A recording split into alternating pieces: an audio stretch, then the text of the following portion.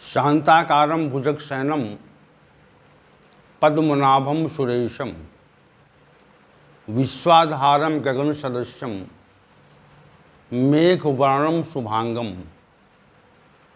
लक्ष्मीकान्तं कमलनयनं योगभिर्ध्यानगम्यं वंदे विष्णुं भवभयहरं सर्वलोकैकनाथं सर्वलोकैकनाथं। वसुदेव सुतं देवं कंस चाणूरमर्दनं देवकी परमानंदम श्री कृष्णं वंदे सकतगुरुं कृष्णं वंदे सकतगुरुं। कृष्णाय वासुदेवाय हरे परमात्मने प्रणत क्लेश नाशाय गोविंदाय नमो नमः गोविंदाय नमो नमः।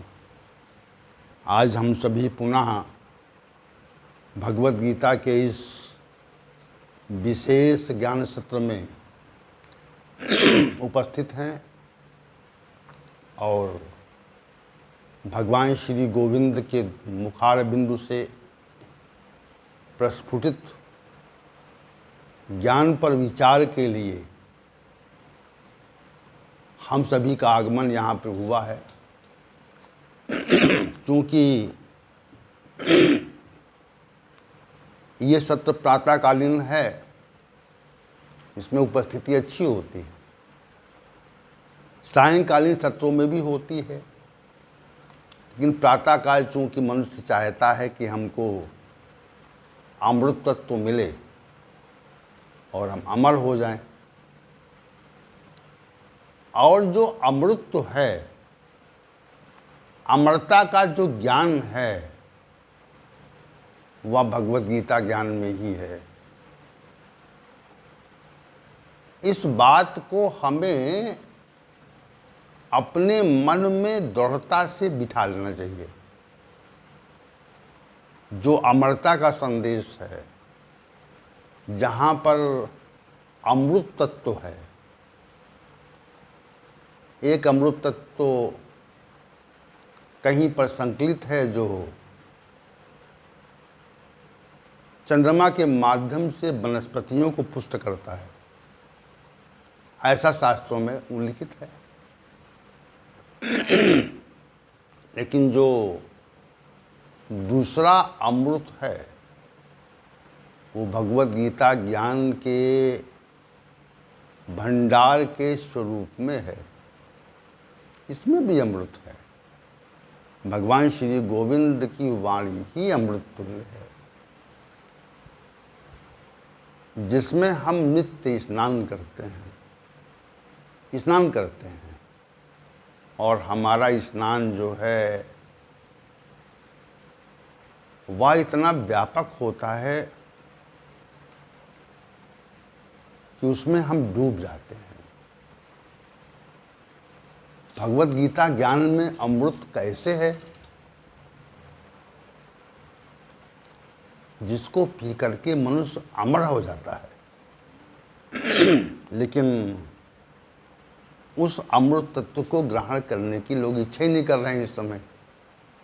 ज्ञान में अमृत है तो ज्ञान में अमृत है तो उसको ग्रहण करें, लेकिन इच्छा का अभाव हो गया। हम उसे ग्रहण नहीं करना चाहते। संसार में जो क्षणिक सुख है उसको बार बार ग्रहण करना चाहते हैं, और जहाँ पर वास्तविक अमृत है उसकी ओर हमारी दृष्टि नहीं जा रही। ये कमी है। तो इसी अमृत तत्व को प्रदान करने वाले भगवान श्री गोविंद को प्रणाम करके आज के विषय पर हम चर्चा आरंभ कर रहे हैं। भगवान श्री गोविंद ने अध्याय संख्या 18 की श्लोक संख्या 13 में जो कुछ कहा था वो कल के सत्र का विषय था। पंचेतानि महाबाहो कारणान निबोध में सांख्ये कृतांते प्रोक्तां सिद्धे सर्वकर्माणाम। हे महाबाहो, समग्र कर्मों की सिद्धि में 5 कारण कर्मों का समापन करने वाले सांख्य विज्ञान में वर्णित किए गए हैं, उनको मुझसे सुन। अब सुनाने के लिए श्लोक संख्या 14 आरंभ किया। कहा, अधिष्ठानम तथा कर्ता कारणम चा पृथक विधम विविधाश्च पृथक चेष्टा दैवम चैवात्र पंचमम। हे अर्जुन, जो सांख्य शास्त्र में कर्मों की सिद्धि के 5 हेतु कहे गए हैं, उनमें पहला हेतु अधिष्ठान है, दूसरा हेतु कर्ता है, तीसरा जो कारण है वो पृथक पृथक प्रकार के कारण हैं, और जो चौथा कारण है वो पृथक पृथक प्रकार की चेष्टाएं हैं, और जो 5वां कारण है वह दैव है। ये 5 कारण कहे। अधिष्ठानम कर्ता पृथक विधम करणम विविधा पृथक चेष्टा और दैव पंचमम कारणम। ये 5 कारण हैं। किसी भी कर्म की सिद्धि के 5 कारण हैं। इन 5 कारणों के बिना किसी भी कर्म का विधिवत संपादन नहीं हो सकता। ये समझिए आप। देखिए, विषय सूक्ष्म है और सूक्ष्म विषय की चर्चा भी सूक्ष्म ही होती है। भगवान श्री गोविंद से हम ये प्रार्थना करेंगे कि सहज भाव आप दें, इसको हम सहजता पूर्वक समझा सकें लोगों को, तो उनकी कृपा से ही कुछ सहजता आ सकती है इसमें, ऐसे नहीं आ सकती। तो श्री भगवान ने कहा, पहला जो हेतु है कर्म की सिद्धि के लिए, जो पहला हेतु है वो अधिष्ठान है। दूसरा जो कारण है वह कर्ता है। तीसरा जो कारण है वह पृथक विधि के कारण है। चौथा कारण विविध प्रकार की चेष्टाएं हैं, और 5वां कारण संस्कार है। 5 कारणों से किसी भी कर्म को विधिवत रूप से संपादित किया जाता है।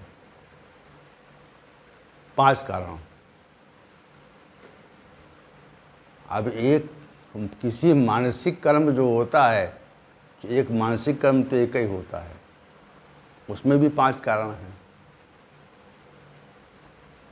जो वाचिक कर्म होता है उसमें भी 5 कारण है, वो हेतु होते हैं। और जो शारीरिक कर्म होता है उसमें भी 5 ही कारण होते हैं। अधिष्ठान, कर्ता, पृथक पृथक प्रकार के कारण, पृथक विधि चेष्टाएं और दैव। दैव को मनुष्यों में संस्कार कहा है। यहाँ पे दैव माने संस्कार। जो जब हमारे कर्म फल के संबंध में जब हम चर्चा कर रहे थे, तो वहाँ पर यह चर्चा आई थी कि कर्म फल का कुछ भाग संस्कार के निर्माण के लिए जाता है। कर्म फल का जो कर्म करते हैं उससे जो हमें परिणाम मिलता है, उस परिणाम का कुछ भाग संस्कार के निर्माण के लिए जाता है, अर्थात उससे संस्कार निर्मित होता है। ये बात हम लोगों ने श्लोक संख्या 12 की व्याख्या में कही थी, जब कहा था कि 3 प्रकार के शुभ कर्म का शुभ फल है, अशुभ कर्म का अशुभ फल है, शुभाशुभ कर्म का शुभाशुभ फल है। इसमें हमने तो जो संस्कार का निर्माण है, इसको भी आप दृष्टि में रखें इस बात को, कि जो संस्कार का निर्माण है, संस्कार का निर्माण का जो आधार है वह हमारे कर्म ही होते हैं जिससे संस्कार निर्मित होते हैं हमारे। कहते हैं संस्कार अच्छा नहीं इसका है, यानी कर्मों का जो संपादन किया गया है पूर्व में वो ठीक नहीं है, जिससे संस्कार का निर्माण हुआ है। तो अधिष्ठान क्या है, कर्ता क्या है, और पृथक पृथक प्रकार के कर्ण क्या हैं, और नाना प्रकार की विविध प्रकार की चेष्टाएं क्या हैं, और दैव क्या है, इस संबंध में हम आपसे आज श्लोक संख्या 14 पर हम विशेष चर्चा करना चाहते हैं। जैसे क्योंकि सहज भाव से चाहते हैं, सहज भाव से ऐसा हो जाए इसकी इस श्लोक की चर्चा जो है वह सहज ही भाव से हो जाए, इसमें कोई गूढ़ता रहस्यता या ऐसा ना हो जिसको समझ न सकें हम सरलता चाहते हैं, इसमें सरलता से समझाना चाहते हैं, सहज भाव देना चाहते हैं। तो पहला जो कर्म की सिद्धि का जो पहला कारण है, आधारभूत कारण है, प्राथमिक तथ्य है, मूलभूत कारण है, वह अधिष्ठान है। अधिष्ठान का क्या अभिप्राय होता है? संसार में कहते हैं हमारा अधिष्ठान है। ये अधिष्ठान का अभिप्राय ये होता है जैसे कोई किसी भी व्यवसाय के लिए किसी अधिष्ठान की स्थापना की जाती है और वहाँ से उस अधिष्ठान से व्यवसाय आरंभ किया जाता है। क्योंकि व्यवसाय के तो असंख्य कारण हैं, असंख्य हेतु हैं। व्यवसाय जो आरंभ होता है, वर्तमान में तो असंख्य प्रकार के व्यवसाय हैं। तो जो व्यवसाय हम करना चाहते हैं उसके लिए हम कोई स्थान निर्धारित करते हैं, यहाँ से हमारा व्यवसाय चलेगा, यहाँ से व्यवसाय आरंभ होगा। उसको आप दुकान कह लें या जहाँ पर व्यवसायिक गतिविधि आरंभ होती हैं उस स्थान को अधिष्ठान कह लें, जहाँ पे हम एकत्र होते हैं। अधिष्ठान का कोई स्वामी होता है, जहाँ से अधिष्ठान संचालित होता है उसको अधिष्ठान कहते हैं। कि व्यवसायिक गतिविधि वहाँ से आरंभ होती है। अमुक वस्तु कहाँ से मिलती है, तो अमुक वस्तु उस स्थान पे मिलती है, आप वहाँ जाइए, तो अधिष्ठान उसे कहते हैं। संसारिक भाषा में अधिष्ठान क्या है? संसारिक भाषा में अधिष्ठान वो है जहाँ से व्यवसायिक गतिविधियाँ आरंभ होती हैं। क्या बेचना है, क्या खरीदना है, क्या क्रय करना है, क्या विक्रय करना है, कैसे करना है। कुछ कर्मचारी होते हैं, कुछ वहाँ पर वस्तुएं होती हैं। तो जो समग्र है, समग्र संचालन है, उसको हम अधिष्ठान कहते हैं। अब यहाँ पर अधिष्ठान का क्या अभिप्राय है? यहाँ पर अधिष्ठान का जो अभिप्राय है वह मानव देह से है। ये मानव देह ही नहीं होगी तो कोई कर्म कैसे हो सकता है? भाई कर्मों का संपादन कैसे होता है? कर्मों का जो संपादन होता है वह मानव देह से तो होता है, और मानव देह भी कुछ समय के लिए किसी स्थान पर रहती है, किसी देश में, किसी काल में मानव देह रहती है। तो अधिष्ठान में वो काल भी सम्मिलित कर लें, स्थान भी सम्मिलित कर लें और मानव देह भी सम्मिलित कर लें। क्योंकि जब तक मानव देह रहती है तभी तक तो कर्मों का संपादन होता है। तो ये जो मानव देह है वह अधिष्ठान के स्वरूप में है, अधिष्ठान है जिससे कर्मों का संपादन हम करते हैं। एक अमृत जन्म के पहले तो हम प्रकट रहते हैं और मृत्यु के पश्चात भी अप्रकट हो जाते हैं, अव्यक्त हो जाते हैं। कहाँ दिखाई पड़ते हैं? जन्म के पहले तो कोई व्यक्ति प्रकट नहीं था। कहाँ प्रकट थे हम लोग? जब जन्म हुआ तो शिशु के रूप में प्रकट हो गए, और जब वो मृत्यु हुई तो इस संसार से अप्रकट हो गए, विदा हो गए। यहाँ से अधिष्ठान विलुप्त हो गया, अधिष्ठान नहीं रहा।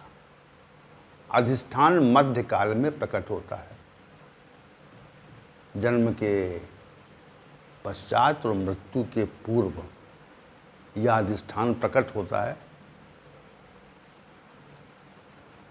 और जब तक अधिष्ठान रहता है, यहाँ पे शरीर रूपी अधिष्ठान जब तक रहता है तो वो कर्मों के संपादन का कारण माना जाता है। अधिष्ठान, शरीर न रहेगा तो कर्म कैसे होंगे? नहीं होंगे। शरीर नहीं रहेगा तो कर्म नहीं होंगे, शरीर होगा तो कर्म होंगे। शरीर के रहने पर ही तो कर्म होते हैं, नहीं रहने पर कहाँ होते हैं? जब शरीर होगा तो कर्म होंगे और नहीं होगा तो नहीं होंगे। और कर्मों का जो आरंभ होना है वो अधिष्ठान से ही होता है। किसी व्यवसाय का संचालन कहाँ से होता है? अधिष्ठान से होता है। कोई दुकान से, कोई स्थान से, कोई कार्यालय से, इसको अधिष्ठान कहते हैं हम लोग। वहीं से व्यवसायिक गतिविधि आरंभ होती है। उसी प्रकार कर्म रूपी जो व्यवसाय है वह इस शरीर रूपी अधिष्ठान से आरंभ होता है।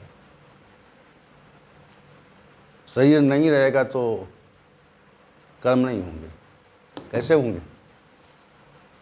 कर्मों का क्या आधार है? कर्मों के संपादन का जो आधार है वह तो अधिष्ठान ही है। बिना अधिष्ठान के कर्म नहीं होते।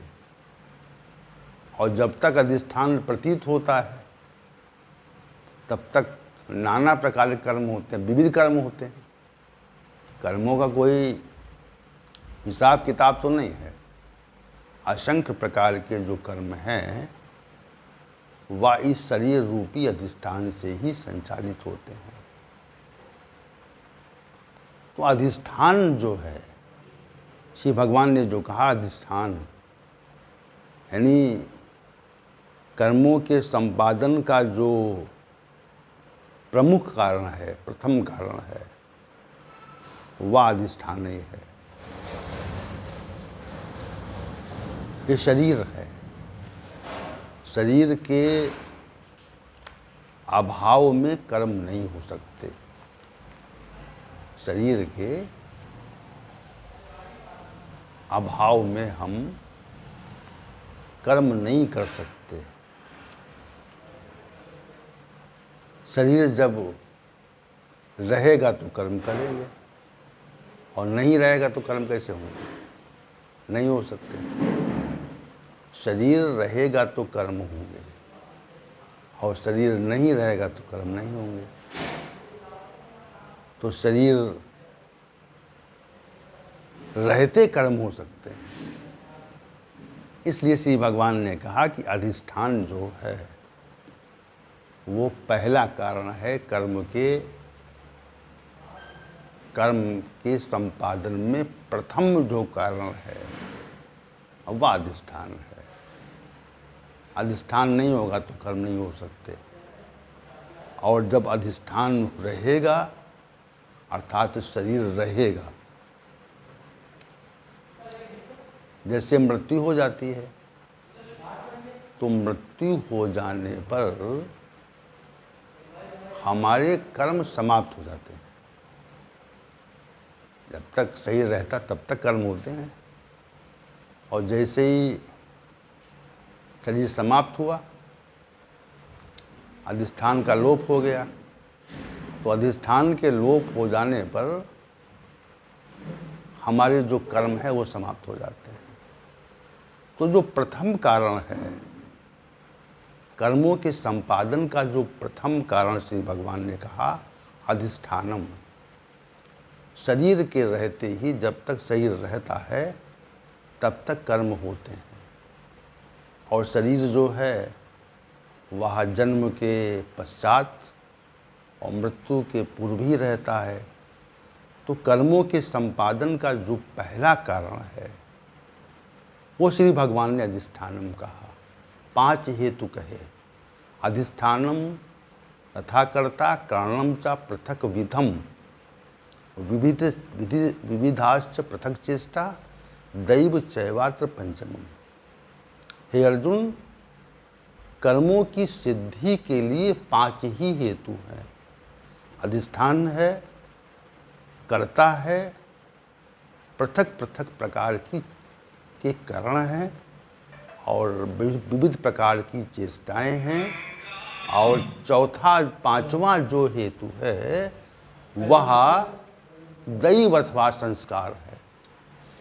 ये बात श्री भगवान ने श्लोक संख्या 14 में कही।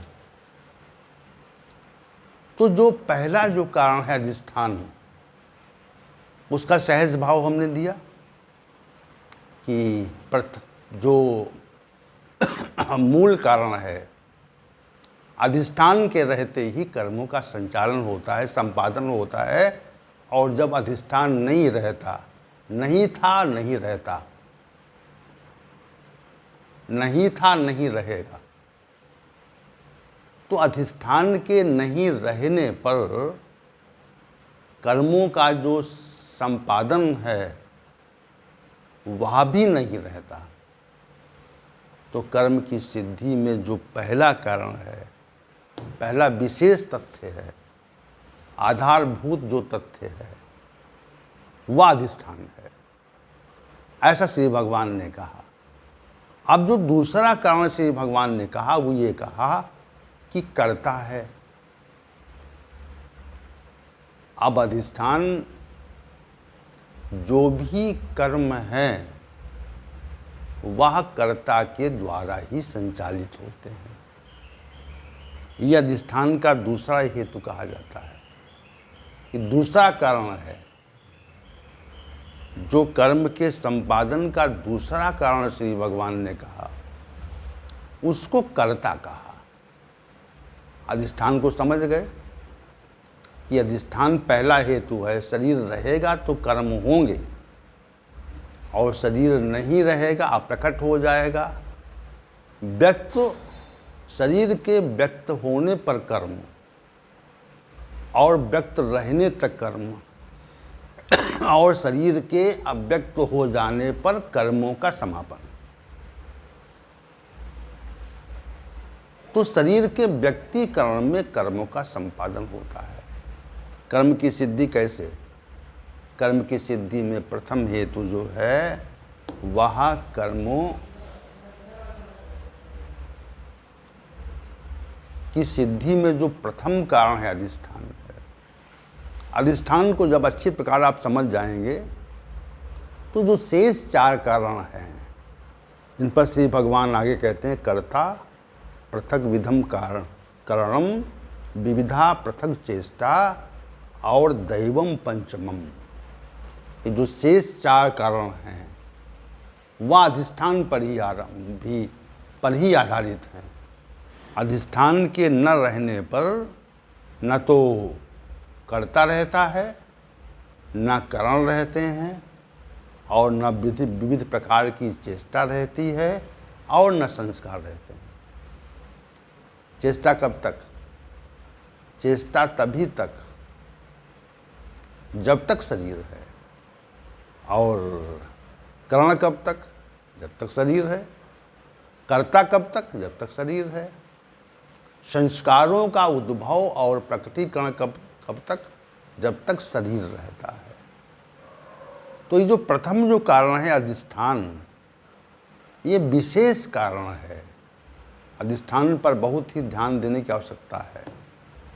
अधिष्ठान के रहते ही कर्मों की सिद्धि होती है, चाहे किसी भी प्रकार कर्म हो, चाहे शास्त्र के प्रतिकूल हो या शास्त्र के विरुद्ध कर्म हो। प्रत्येक कर्म के संपादन में अधिष्ठान ही आधार है।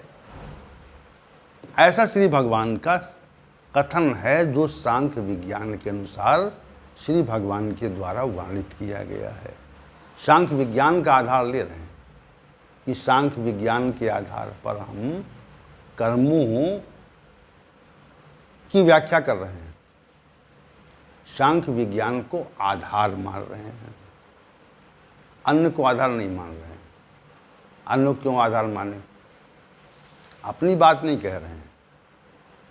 वो तथ्य श्री भगवान सांख्य विज्ञान के आधार पर ही कर्म की सिद्धि के 5 कारणों का वर्णन कर रहे हैं। इसमें जो प्रथम कारण हमने बताया है, उसको बहुत सहज भाव से समझें आप। जब तक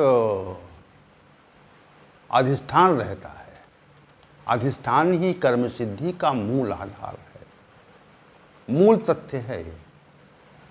अधिष्ठान के न रहने पर कर्मों की सिद्धि नहीं हो सकती, और अधिष्ठान रहता है तो कर्म सिद्ध होता है, चाहे वो शास्त्र सम्मत हो, इष्ट हो, अनिष्ट हो या मिश्रित कर्म हो। तीनों प्रकार के कर्म अधिष्ठान रहने तक ही अस्तित्व में रहते हैं, क्रियाशील हो सकते हैं। अधिष्ठान के न रहने पर नहीं हो सकते। अब जो दूसरा कारण कर्ता कहा है यहाँ पे, कि कर्ता भी कर्म की सिद्धि का हेतु है, तो अधिष्ठान शरीर है जिसके द्वारा कर्मों का संपादन होता है। अब कर्ता भी वही है। यहाँ पे अधिष्ठान और कर्ता में भेद कर दिया गया। अब हम उसको एक मान लेते हैं कि अधिष्ठान भी एक ही है, कर्ता भी एक ही है, लेकिन यहाँ पे भेद है। अधिष्ठान पृथक तथ्य है और कर्ता जो है वो पृथक तथ्य है। कर्म का जो संपादन है वो कर्ता के द्वारा होता है, सही उसमें हेतु कारण है। कारण क्या है? कारण जो शरीर है उसमें अधिष्ठान कारण है, लेकिन कर्ता भी मुख्य कारण है। अधिष्ठान और कर्ता में अंतर है। विशेष बात यह है, कर्मों की सिद्धि का जो दूसरा कारण कर्ता है, इसमें अधिष्ठान में अंतर है। प्रतीत तो एक ही होता है कि एक ही है, अधिष्ठान कर्ता एक ही है, लेकिन ऐसा नहीं है। अधिष्ठान पृथक तथ्य है और कर्ता जो है वो पृथक है। इनमें अंतर है। अब क्या अंतर है? बहुत ही विशेष अंतर है। कोई भी अधिष्ठान होता है संसार में, तो उसमें कुछ लोग, कुछ व्यक्ति उस अधिष्ठान को संचालित करते हैं। अधिष्ठान को संचालित करते हैं, वो ही अपने को कर्ता मान लेते हैं, वही अपने को कर्ता समझ लेते हैं। अधिष्ठान का जो संचालन करने वाले व्यक्ति हैं, वही तो कर्ता होते हैं। अधिष्ठान में कोई व्यक्ति ना हो तो कैसे संचालन होगा? अधिष्ठान का जो संचालन होता है वो कतिपय व्यक्तियों के द्वारा होता है ना। ऐसे कैसे हो सकता है? नहीं हो सकता। तो अधिष्ठान का संचालन जिन व्यक्तियों के द्वारा होता है, उनको हम सभी कर्ता मानते हैं कि ये लोग हैं, क्रियाशील हैं। अधिष्ठान खोल लिया जाए, कोई कर्ता ना हो तो कैसे कर्मों का संपादन हो? कैसे व्यवसायिक गतिविधि आरंभ होगी? नहीं हो सकती। तो जो भी गतिविधियां हैं वो अधिष्ठान के द्वारा तो होती हैं, लेकिन अधिष्ठान में जो व्यक्ति नहीं होंगे, जो कोई कार्यकर्ता नहीं होंगे, तो कर्मों का संपादन नहीं होगा। तो कर्म की सिद्धि में जो कर्ता है वो विशेष है, तो दूसरा कारण है। और चूंकि आज के सत्र का समय समाप्त हो गया है, हम इस दूसरे कारण पर, अधिष्ठान पर भी हम विशेष दृष्टि रखेंगे और इस विषय को हम गहराई तक ले जाएंगे। सहज भाव देने का प्रयास करेंगे। ये बड़ा अच्छा विषय है। हम सभी कर्मों के संपादन में अपने को हेतु मान लेते हैं, ऐसा नहीं है। कर्मों के संपादन का और उनकी सिद्धि के 5 ही हेतु हैं।